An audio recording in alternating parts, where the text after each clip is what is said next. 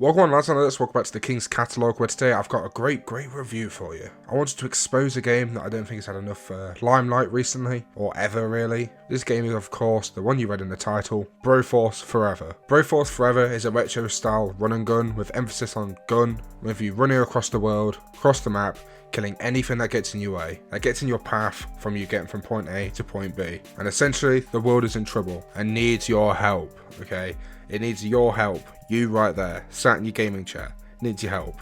There is a multitude of villains across the map that you have to kill, and it's your job as the Broforce to stop them. And that is basically the entire story. I'm not going to do any of the spoilers, but there's not really a lot to spoil. You're basically just an 80s or 90s action hero versus generic enemy. And if you play the game, you know what I mean by generic enemy. They just use the most stereotypical enemies, the most stereotypical villains from 80s and 90s films that you can think of. And in this game comes a wide variety of different characters with different designs, playstyles and special abilities. My personal favourites were Braid, who was the bro version of Blade, the Broinator, the bro version of the Terminator, and Robocop, the bro version of course, Robocop. And these characters aren't even that good. I have not checked any of the tier lists in this game, not bothered really, but I only like them because they're really fun. Like, Braid is actually awful. He just dies immediately if you get him, because he just doesn't really have much to do, but he's fun as shit. You just fly across with a sword. How is that not awesome? And this game, truly to me, is just fun, awesome, a whole lot of it's a whole lot of shit. I just had a great time playing it. The multiplayer in this game as well was actually incredible. Like, if you're like a family gathering or you want to play with your friends or whatever situation, Broforce is for you. It's so chaotic that you'll have a great time. The difficulty is not too hard. There is definitely a difficulty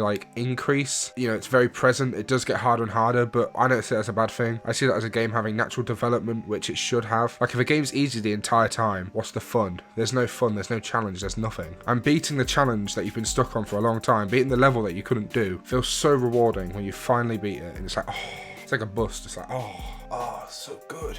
It's great, I love it. And the gameplay as a whole is engaging, it's simple, it's a very simple looking game, and very attention grabbing with its simplicity. My only issues with the game, I would say as a whole, was at some very small points there were a few performance issues with it being laggy or just going slow. Like, obviously it's not going pixely because the game itself is pixely, but it was just slow down. You'll just move very slowly. And also I would say after you've beat the main game, there's not really a whole lot to do. Like, you can play with your friends and do that, but it's not really worth it at all. But you can also do a harder version of the same game, but then you're just doing the same levels on slightly harder difficulty, which it don't really feel any different as well. I played the entire campaign on normal difficulty, and then I unlocked a harder difficulty, and then I played a bit of it on that. I couldn't really notice a difference. I didn't actually finish it all on hard because I just didn't really notice any difference at all. But I did play a lot of it on hard because the game was so fun, I wanted to play it again. So that's a true testament of how fun the game is. And some more personal opinions, I'd say it's quite fun when you're playing the game and you don't have a choice what character you get. It's all random. So sometimes you'll be in a situation where you just do not want this character, and then you get it and then you have to do it. Sounds bad, it's funny.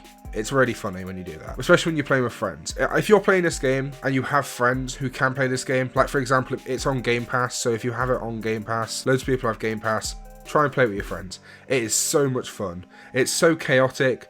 The explosions everywhere just make the game hard to know what's going on. That there'll be so many explosions, you're like, where am I? I don't know where I am. And because there's many people who's dragging around, it's incredible. It's so fun. So to conclude, Broforce, great game. I really enjoyed it. I had a really fun time playing it. My only problem was the performance at points, but that's really not a problem. It's a good game, but it's not a perfect game. It's quite a simple game. So on the King's Catalogue, I'm going to give it an 8.5, purely just because I don't think it is a 10 game. I think it's a really fun game, but it's just not a 10. It's not even a 9. It's an 8.5, just because that's how I feel it should be on the tier, on the ranking of games from best to worst. So anyway, that's it from me today. Remember to like and subscribe, do all that good stuff. If you want to see more King's Catalogues, I have plenty available. The Doghouse podcast is going to be returning on next week, on the Tuesday next week. So if you want to watch that, subscribe for it.